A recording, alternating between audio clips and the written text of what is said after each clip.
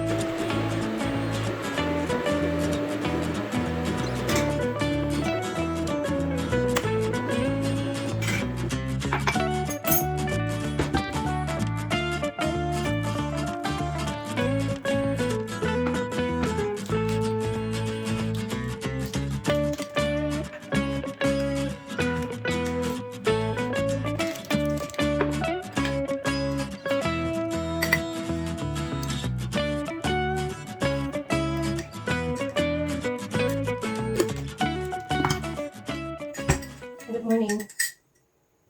Naubusan na kami ng tubig. Nakalimutan ko kahapon magpa-deliver. So mamaya bago ako maghatid sa school, papa-deliver na ako para pag uwi ko dito, di-deliver na rin nila.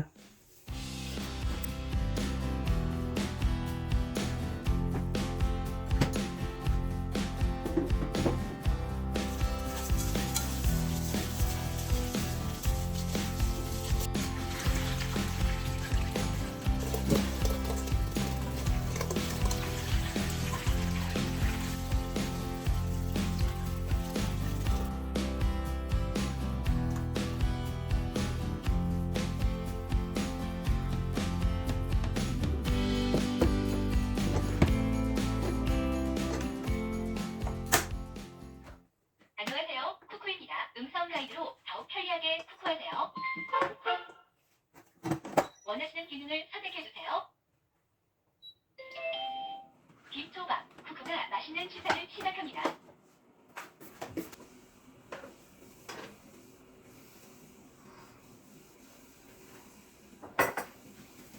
Sarap pa matulog, inaantok pa ako. 4:30 nga pala ako gumising. And then yung 15 minutes pa higa-higa lang ako. So 4:45. Diretso na kagad dito sa kitchen ng beauty ko, char. Dito ang hanggang sa kitchen, diretso ko syempre. Kakaiba yung rice cooker namin, no? Nagsasalita siya.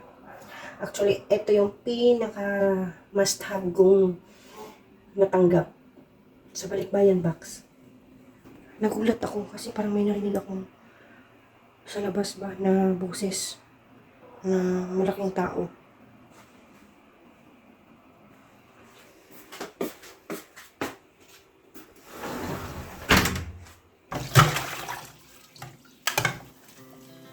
Our hearts beat to the city streets, we began to feel the fire. We rise like tall buildings as the chemicals they take us higher. The night's young and it's just begun as she puts her hand in mine. We wanna chase the night, wanna dance to the light, pull the stars from the sky, just two hearts running wild. Never sleep, never stop, as we shout from the top. We're gonna be two hearts running wild.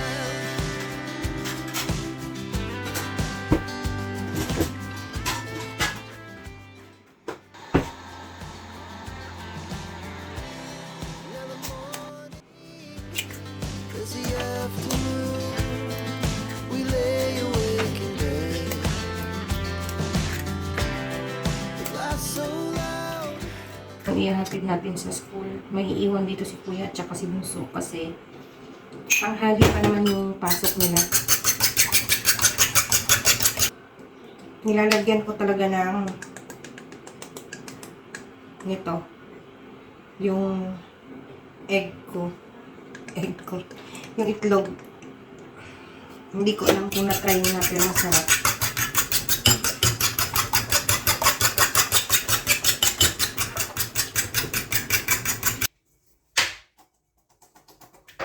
Nagluto ako nito. Ginawa ko siyang cubes. Ganun din ang gawin ko ngayon. Once a week lang naman kami nag-i-spam, guys. Kaya don't worry. Ngayon kasi, kagabi pa lalambing yung mga bata na gusto nilang magbaon sa school ng spam.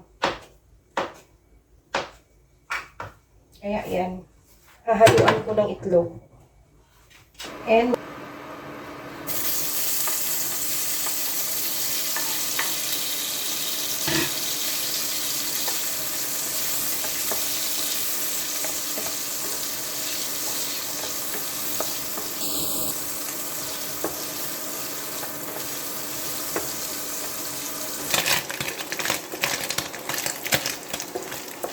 aray ko, natalsikan ako.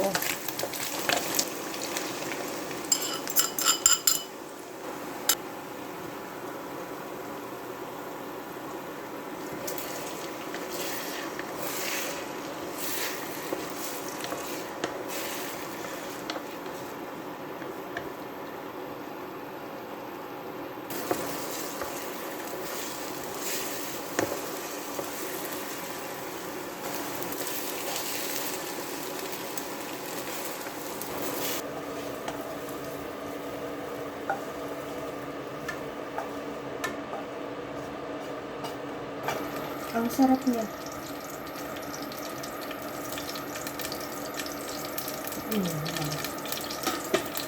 Masarap talaga lagyan yung egg ng liquid seasoning konti.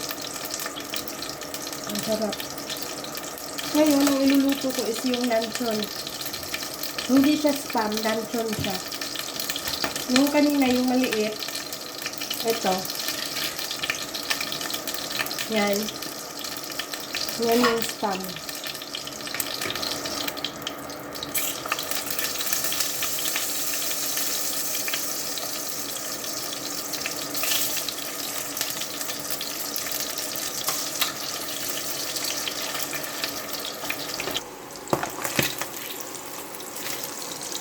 Iba ang lasa. Iba din ang lasa nitong etong half cook lang. So, luto na. Yung breakfast nila. Request kasi ito ng mga bata. Nung isang araw pa to nung Saturday. And then kagabi na, inuungot talaga nila. Pero sabi ko nga hindi. Kung gusto nyo kumain bukas sa breakfast na. Kasi hindi naman pwedeng lagi-lagi, diba? So once a week ko nga lang ito niluluto sa kanila. Siguro, pag halimbawa walang ulam na talagang hindi kami nakapamalengke, baka ipagluto ko pa sila nito. Our hearts beat to the city streets. We began to feel the fire. We rise like tall buildings as the chemicals they take us higher.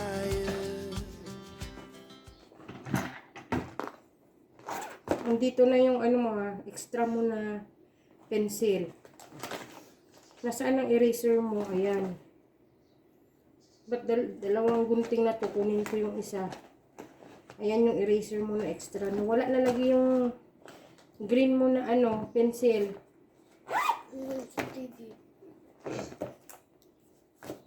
Magdala ka nitong extra. Small bag kayo ngayon, Araso. Magbili na lang ako ng mineral water at saka baon mo.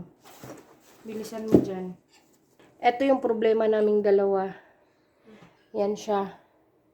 Itong gwapong ito dahil every morning yan. Tamad na tamad siyang pumasok. Pero pag sinundo mo naman sa school, nag-i-enjoy naman siya after ng class nila. Ayaw pa nga umuwi. Sanay na ako dyan. Pag sinabi niyang ayaw pumasok, papasukin. Kaya pagdating sa school, nag-i-enjoy din siya sa mga friends niya doon. Yun lang yun. Ganun lang talaga siya pag every morning. Paggising talaga. Ang gusto niya yung masarap na tulog. Sabing ganun.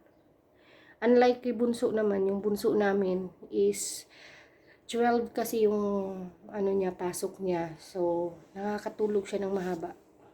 Gigising siya ng mga 9, ganun. Eto ganun din ang gusto niya. Kaso morning session siya. So, sa susunod na pasukan, hopefully na sabay-sabay na sila ng schedule. Morning na silang lahat. Hindi yung dalawa lang, si Kuya Sian at saka si Kuya Kel, ang morning and then afternoon si Bunso. Kaya doon ako nahirapan yung halos pabalik-balik ako sa school. So yun, hinihintay na natin siyang matapos mag-breakfast. So bilisan mo kuya. Sige na. Magbili pa tayo ng ano mo, baon mo. Biscuit at saka juice or chucky. Ha? O sige na. Doon na lang, magdala na lang ng mineral water. Magbili lang akong mineral water. Kaya yung water bottle mo, malaki masyado. Araso? So, si Ezekiel ngayon may exam and morning session siya. Si Kuya Sia naman mamayang 12 and si Bunso 11:30. Half day lang sila pag may exam. Anong bilhin ko sa'yo? Oreo tsaka Chucky? Ha? Anong nga biscuit? Oreo lang? Ano ba yan? Doon na nga lang sa ano?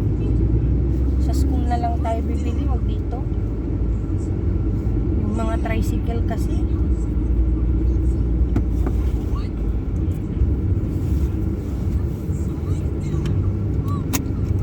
Patayin mo na yung tab mo. Yung battery niyan. Magbasa ng instruction sa ano ha, test paper ha. Opo. Opo. Opo. Wow. Wow na wow.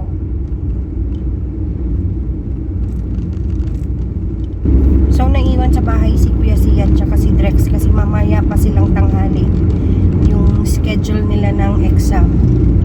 Sa grade 3 naman, si Kuya Kel is 7:30 hanggang 11:30 all boys. And si Kuya Sian naman at saka si Kuya Sian is batch 2, so alas 12 yung exam niya. And si Bunso batch 1, 12 o'clock din yung ano niya hanggang 2:30. Budget pala namin na ano gas dito sa sasakyan 1,000 pala per week kasi ilang balikan din ako sa school morning and then tanghali then sa hapon 2 beses kasi 3 o'clock si Kuya Kel pag walang exam 3 o'clock then si Bunso at saka si Kuya Sian 4 o'clock si Kuya and then si Bunso 4:30 so So, sa isang araw, 4 na balikan ako sa school. Kung siguro nag-commute kami ng tricycle, naku, mas magastos talaga. Kasi imagine mo, 4 na balikan ka.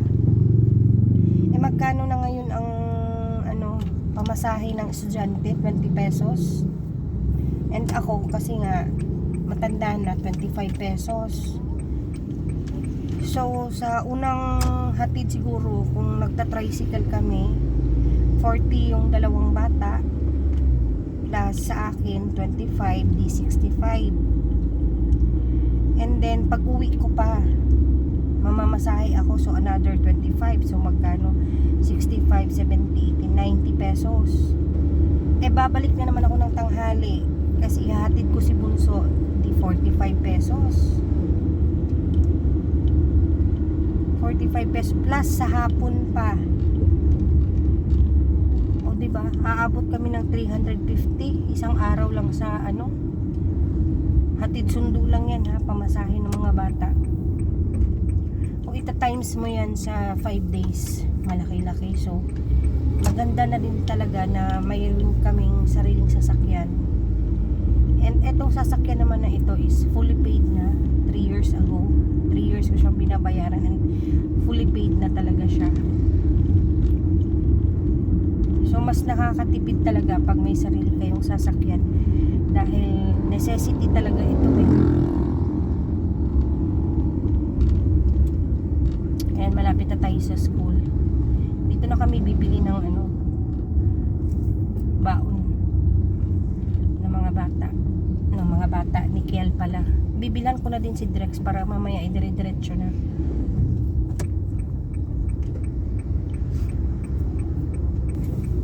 Kiel, gising na.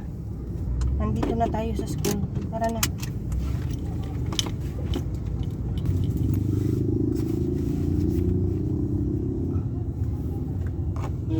Maglalakad na kami guys. Bibili na lang kami dyan sa may tindahan.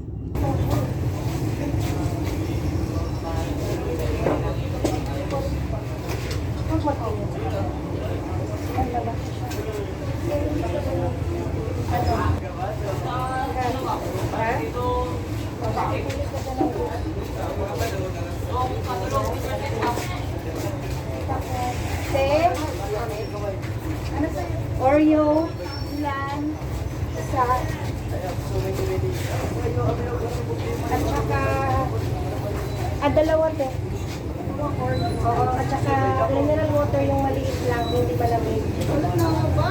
May pa mag-deliver ng import, mineral? Okay, sige, yan na lang.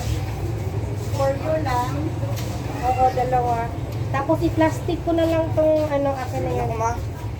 Ay, kasama pa yan. Oo, magkano to? 33. 20 plus 23. Magkano solo? 21, 20. Magkano te? 51.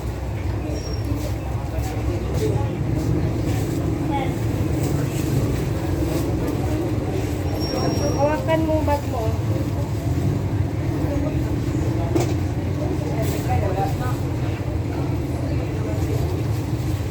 Pagbilit ako ng ayusin mo pag nag-set ka ng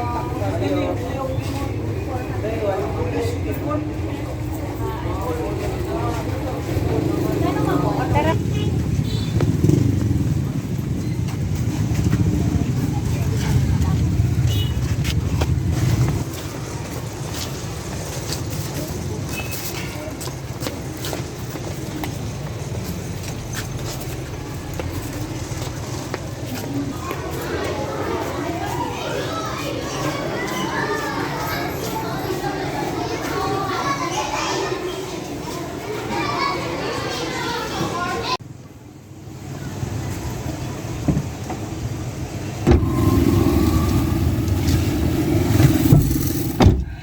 I'm back.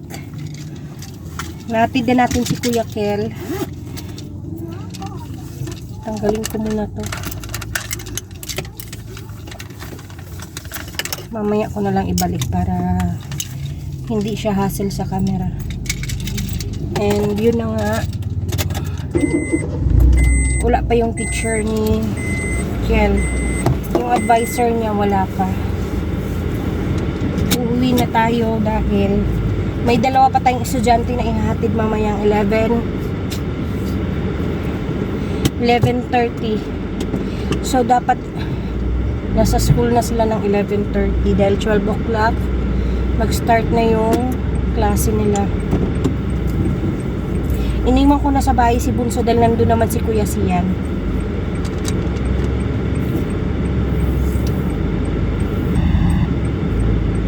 Oh my God.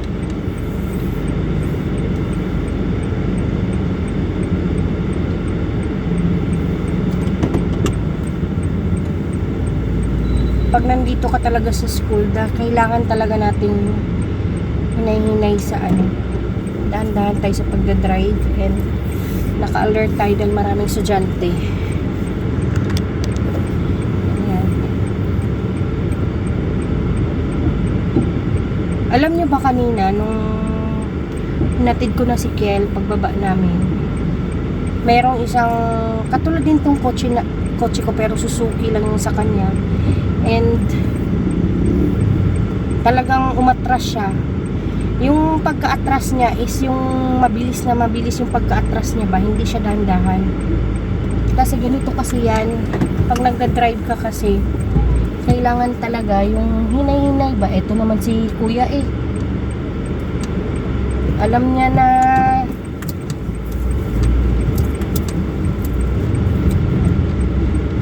nga naliliko ako, nakasignal na nga ako, talagang sasalubungin niya pa ako.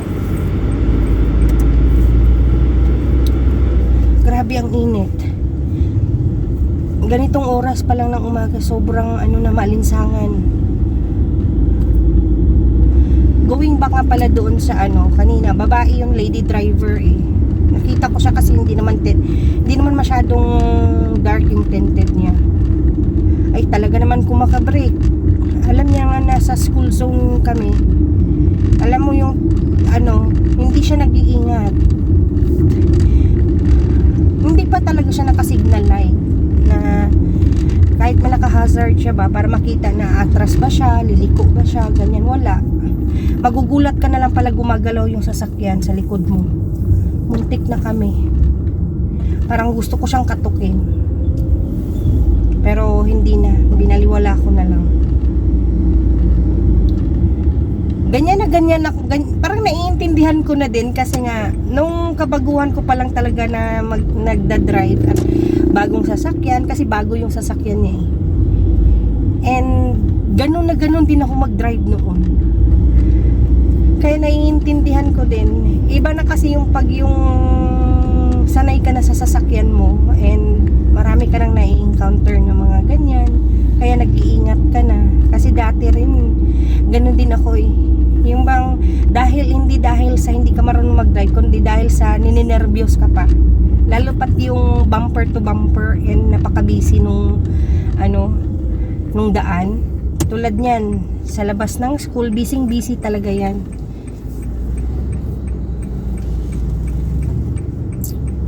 So tatawid na tayo. Dito tayo pakaliwa. Yan. Pag wala namang problema kahit na papakaliwa ka, wala namang problema kung basta naka-signal light ka lang kung saan ng mo. Kung pakaliwa, dapat yung signal light mo pakaliwa din. Parang warning ba, habang nakikita sa malayo at saka sa likod na dito ang mo, destination mo. Kanina kasi yung nangyari dun sa babae, wala, hindi mo alam kung saan ang punta niya. Hindi mo alam na wala kasi siyang signal, kaya hindi ko alam na aatras siya. Timing na sa pinakagilid na kami ng daan talaga. Bigla talaga yung ang bilis ng atras niya, tapos biglang brake. Kasi nakita niya siguro sa side mirror na may mga estudyante. Marami kami. Bit-bit ko pa si Ken. Yun ang nakakatakot. Kaya yun din yung isa sa pagdadrive na ginagawa ko, na pagkasama ko talaga mga anak ko, dahan-dahan ako, hinay-hinay lang ako sa pagdadrive at ingat na ingat. Kaya ayaw sumakay sa akin ng mga kapatid ko pag nag-uuwian kami ng probinsya, may mga sasakyan din sila. Minsan naman kasi para masaya, isang sasakyan na lang gagamitin, ganyan. Nako, pag ako na ang nagdadrive, nagrereklamo na sila kasi nga nakakantok daw ako mag-drive. Parang kumbaga from Jensan to Malungon, aabutin daw kami ng 2 hours. Is actually naman is yung from Jensan to Malungon, Sarangani Province, talagang 45 minutes at pinakamabilis mo na drive niyan 30 minutes talaga. Sila nga sus ko, aabutin daw ng 2 hours. Ang reason ko naman wala naman kaming ibang lakad. Uuwi lang naman kami ng probinsya. Ano bang minamadali, 'di ba? Hindi naman tayo nagmamadali. At saka yung pinakauna ko talagang rason, pag may mga bata kaming sakay, isa yun talaga sa mga lalong-lalo na at mga anak ko ang sakay ko. Wala akong pakialam kahit abutin ako hanggang bukas. Pero pag ako ako lang naman mag-isa mag-drive, ayun, okay lang na mabilis yung drive ko. Pero hanggang lang talaga ako guys, hanggang 60. Pag pauwi ng probinsya, mabawa kung ako lang, kami lang ng mga kapatid ko, walang bata. Yun, humahagurot ako ng 40. Yun na yung pinakamabilis ko, 40. Yung relax lang ako, 50, 60, ganun. At yun ang ikinaiinis nila. Kasi aabutin daw kami ng bukas bago kami makarating sa probinsya. Syempre, pag kaninong sasakyan yung dala, wag nang umangal, sasakyan ko naman, nakasakay sila, sabi ko. Alangan naman na sila mag-drive. Kasi yung totoo, hindi ko talaga pinapahawakan ng manibela ko sa iba. Isa yun sa mga natutunan ko nung nagkaroon na ako ng sasakyan, yung wag mo talagang ipahawak sa iba yung sasakyan mo kung ayaw mong masira kaagad. Kasi syempre hindi nila sasakyan yun kaya harsh sila maggumamit. Pero pag ikaw kasi, pag sanay na yung sasakyan mo at sanay ka na din sa sasakyan mo, yung hawak ka pa lang, hihipo ka pa lang sa manibela at saka yung clutch brake, alam mo na kung may something sa sasakyan. Tingnan mo tuloy yung sasakyan ng kapatid ko, kung sino-sinong nagda-drive, pinapahiram kahit kanino. Tingnan mo, laging sira, laging nasa yung laging nasa mekaniko niya. Kinakalikot na lang kahit sino-sino. Kasi nga, lagi kong sinasabi, wag mo kasi ipahawak sa iba. Kaya ako, kahit nasabihan nila akong madamot, sabi ko kung madamot ako, hindi ko kayo ihahatid kung saan nyo man gusto. Hindi ako nagpapahawak ng sasakyan ko, pero pinagda-drive ko sila. Halimbawa, gusto nilang hiramin, sasabihin ko talaga na saan bang punta nila at ihahatid ko na sila. Ako magda-drive ng sarili kong sasakyan. Nung buntis nga ako yung sa bunso namin, yung sa bunso ko, ito talaga yung nakakatawa. Manganganak na lang ako't lahat-lahat, ako pa talaga nag-drive. Hinatid ko yung sarili ko. Tapos yung kasama ko, yung kapatid ko, instead na siya ang mag-drive, ninervyos siya. Kaya ako na nag-drive. Siya na yung pasahero ko. Pumunta kami ng ospital, 2 ospital yung pinuntahan namin. Ako talaga nag-drive. Nagulat tuloy yung gwardiya. Kasi pag, di ba sa entrance, tatanong sila, bakit ma'am? Sabi ko, manganganak na ako. Yun talaga yung experience ko. Simula nung dumating ako galing Korea, South Korea. Umuwi na kasi kami ng mga anak ko. At yun, nagplano na kaming mag-settle down dito. Kasi kasuhin na yung bahay namin. Mahirap naman kasi na yung mga anak ko, papaalaga ko sa iba. Kailangan talaga na isa sa mga parents na may mag-aalaga sa mga bata. So, pag nanay ka na talaga, mamimili ka yung career mo na magtatrabaho ka o mga anak mo. So pinili ko na alagaan yung mga anak ko. And yung asawa ko naman, gusto niya na ipauwi na lang yung mga bata, ipapadala, susunduin sa airport. Tapos maiiwan ako doon sa Korea, kaming dalawa, at magtatrabaho kami. Ayaw ko ipalaga sa iba yung mga anak ko. Dahil naranasan ko na yan experience ko na yan sa parents ko na ayun, watak-watak kami. Hindi ko gusto na mangyari yun ulit sa mga anak ko. Bahala na. So nandito na kayo sa bahay. And yun na nga, mamaya ihatid ko na naman sila kuya and si bunso sa school. Tamang-tama, paghatid natin ng 11:30, yun naman yung labasan ni Kuya Kel. So si Kuya Kel na naman ang kasabay ko pa uwi dito. So that's it, that's all. So hindi na ako magbi-video mamaya sa paghatid din sa bunso at saka sa panganay. Tingnan natin. So hanggang dito na lang muna and see you on our next vlog. Bye. Thank you for watching, guys.